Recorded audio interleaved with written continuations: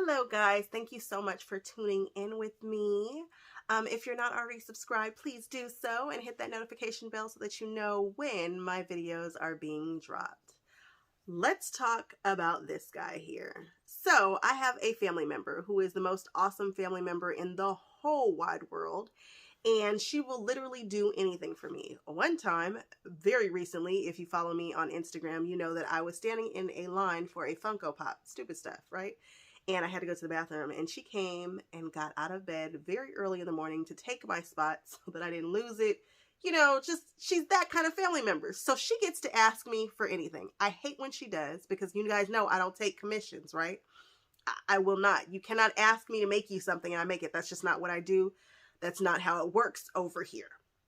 So she asks me for her name so that it can dangle from her rear view mirror in her car. Ugh. And what makes it worse is I do not enjoy making these. So, funny story. I made the bamboo nameplate earring video, and it is my most watched video. So I get like 5 views on my videos. That one there has more than 5. I'm like, what on earth? So people who are really trying to grow their channel would probably make more videos like that. No, I don't like it. It's not fun. I'm not doing that. But she asked for this, so I figured I would film it. It's made the exact same way. I paid to learn how to do that. There's a girl on Facebook, and she has like tutorials on bamboo earrings and all kinds of things. But that's what she does. That's her thing. And I didn't feel comfortable, and still don't, just taking it and just giving it to everybody all willy-nilly. That just feels wrong. So I did a video that kind of gives you an overview of kind of how you can do it. And if you can pick up on it, you can do it. You know, this is not rocket science at the end of the day. And there are other Facebook groups that have the similar information out there for you to get. So, you know, find it. However, the video that I did, people were mean to me. The ladies were not very nice there. Why even tell us how to do it or blah, blah, blah. Look, I told you where to go to find the information. I gave you an overview of how to do it. Why are you mad? Why are you angry with me? Whatever. So I figured I'd do one more. This one might be slightly more detailed. I don't know. I didn't watch the other video before I did it. But, you know, at the end of the day, it's cut some paper with your Cricut, stack that paper up, and then seal it with resin. That's really what it is at the end of the day. Start with the sides, then go on to the silver part, that back plate right there, and then finish off with your top layer. And I use UV resin. I mean, that's really at the end of the day what it is. You have to perfect your stuff. You've got to play with it a little bit here and there, but at the end of the day, that's what this is. So if you guys want to see how to make this, go for it. This is not my favorite craft, so I don't know that I'll be doing this again, but she wanted it. She got it. It's done. And I'm going to drop it off to her very, very soon. All right, guys. Thanks so much for tuning in. Bye-bye. Okay, we are in Sure Cuts a lot. It is my go-to when I can't do something in Design Space. Now I am typing out the letters, simple, and then type out the letter D, hit enter so that it stacks up and down. Now I'm going ahead and I'm grabbing the font that I want to change this to, which is called Jungle Life, which is kind of a graffiti-esque kind of font. It's kind of cool. And now I am checking each letter so that I can move it individually. And I'm stacking them the way that I want them for this keychain. Now we are going to group them all together and kind of play with the size and the shape of it. And once I'm happy with it, I'm going to go ahead and do an offset. And then with this offset, you can control kind of how thick or how thin you want it. If you want the corners rounded, if you want them squared off. So I'm going to go ahead and duplicate it. Go to layers, go to path offset, do the offset, and now I have a backing that the words will fit on perfectly. See? Nice and cute. Now we're going to export it and pull it into Cricut Design Space. And there it is. We're going to go ahead and upload it. And you see it comes in 2 different colors. I'm going to ungroup them so that I can play with it. Now, I did not like the way that these letters had those little holes in them. And I can kind of work Design Space a little bit better than I can Sure Cuts a Lot. No, a lot better. So I figured I would just pull in each letter, stack it on top, make it the same size. It's the same font. Not a big deal. That should be easy enough. And place these letters the way I want without any spaces. You see that gap between the I and the O? Like, I don't want that cutting. So when I weld it in here, I know what's going to happen. So then I grab the I. And I'm just doing a few of these letters so you can see because I already have it prepped and ready to go. And so I'm just making it the same size. And then I'm going to hide the background, select it all, and then hit weld.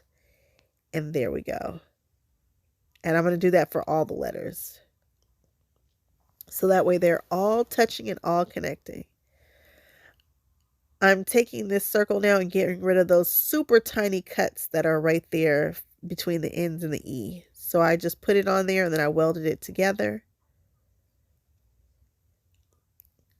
Now we're going to look at one that is ready to go. This is the one that I'm going to use.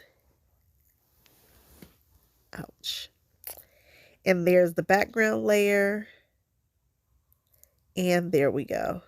So now we have it. And now I've just got to change the words Dion to something pretty. And you guys know I love an ombre. All things ombre. Ombre at all. And I have just taken I just type in backgrounds or ombre backgrounds and go get them. And then save them. And then upload them to Design Space. And I was just on Google. Whatever. So you're going to go upload your pattern. You're going to find the pattern that you saved. Save it on your desktop, someplace easily found. And there we go. And then the pattern will pop up under Patterns on Design Space. So instead of cutting that, I changed it to Print It. Then I changed it to Patterns. And now I am just running through the patterns that I have to see which looks best. Then you can always edit the pattern. You can rotate it. You can scale it in. You can scale it out. But I really like the way this looks. You can flip it right, left. Just play with it until you're happy with it. I really like that keychain. However, this would not print for whatever reason. There might have been a lock on that pattern. Sometimes you can get Google will be like, wait, no, you cannot. You may not use this. You did not buy it. You don't own it. Blah, blah, blah. So then I thought about it. I'm like, oh, shoot, it's supposed to be a keychain that's supposed to hang from her rearview mirror. So shoot, let me give her a little hole. So I grabbed 2 circles. I centered them. I'm going to align now. And then I'm going to slice to put a hole inside of another hole. Bam, sliced. Now I'm going to take it, shrink it down, and weld it to the rest of the letters. I centered it, then I hit align to see where the actual center would be. And that's where the center is. And I thought, well, that's okay, but let's just move it down a little bit. And bam, we are going to check to make sure that it's not interfering with the nameplate, and it's not. We're going to shrink down the size just a little bit. And we're going to select them both and weld them together. And now it's one piece. Move that to the front. And now let's check it out and see how that looks. We like it. It's cool. I decided that I wanted to flip her name on the back just because I didn't want it plain back there. So it's backwards, but at least it'll look cool. I think it looks cool. So I think I made about 10 of the black layer and then just, of course, one of the top.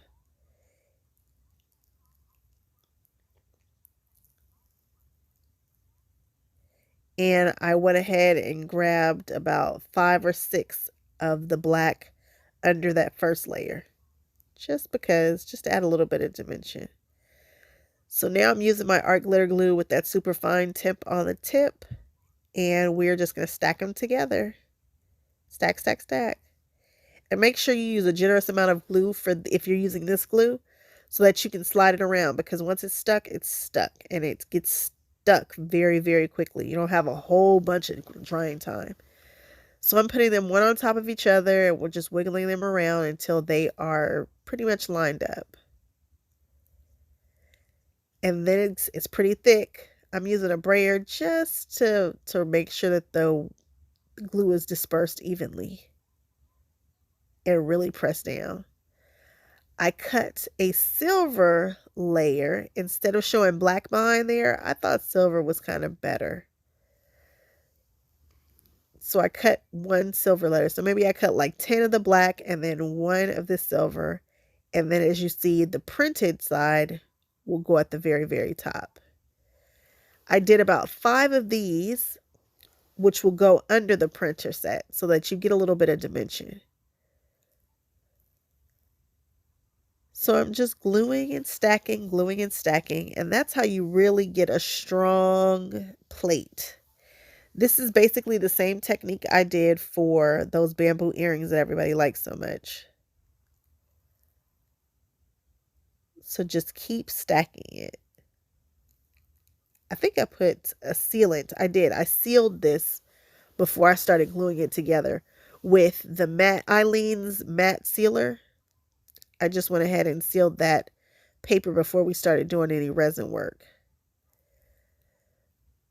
So that should be the last layer. And again, I think I have 5 right here under that colored part.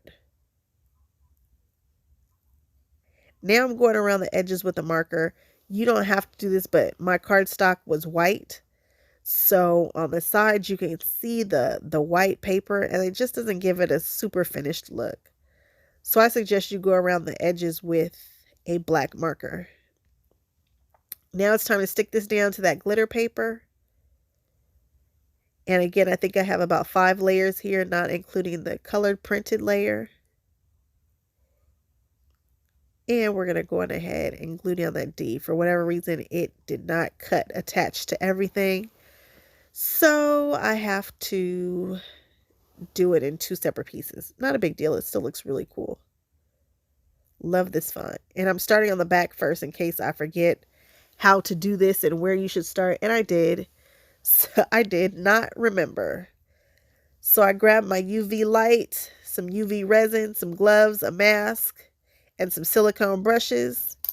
And we are going to town. So you put a little bit in this little cup. And where you should start should be the sides. Definitely do not start at the top where I'm starting. That's just not smart. And I think I left this to dry for like 2 hours after I sprayed that matte sealant on the top. And now I'm just dropping down the resin on the top. You're going to do 2 layers on the top. But again, start with the sides and work your way up to the top. And then just cover it with resin. And then you're all done. That's it. That's a nameplate. It's just that simple. There you go. Thanks for hanging out with me. Okay, bye-bye.